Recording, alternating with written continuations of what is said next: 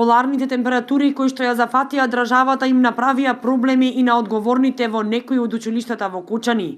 Пукнати цевки на парно грење, замрзнати цевоводи и тоалети, училиштата без вода.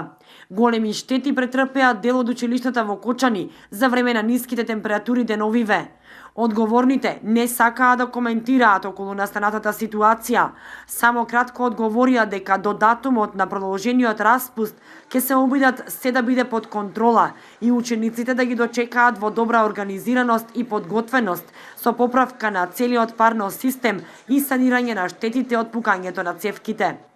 Инаку, доправа ќе се калкулира штетата, но факт е дека раководителите на училиштата би било пожелно да го следат примерот со дел од училиштата во соседните општини, кои што успешно се справиле со ниските температури на начин што го пуштале парното грење во текот на најстудените денови и на тој начин избегнале поголеми штети, односно пукање на цевките.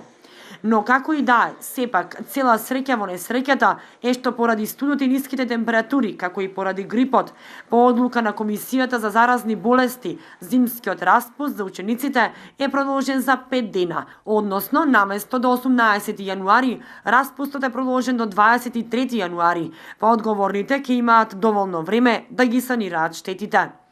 Факт е дека не само во училиштата, туку со истиот проблем се соочуваат и повеќето од домакинствата. Од КЕП Водовод велат дека доправа ќе се регистрираат штетите од пукање на цевки и цевоводи ќе има откако ќе одмрзне водата.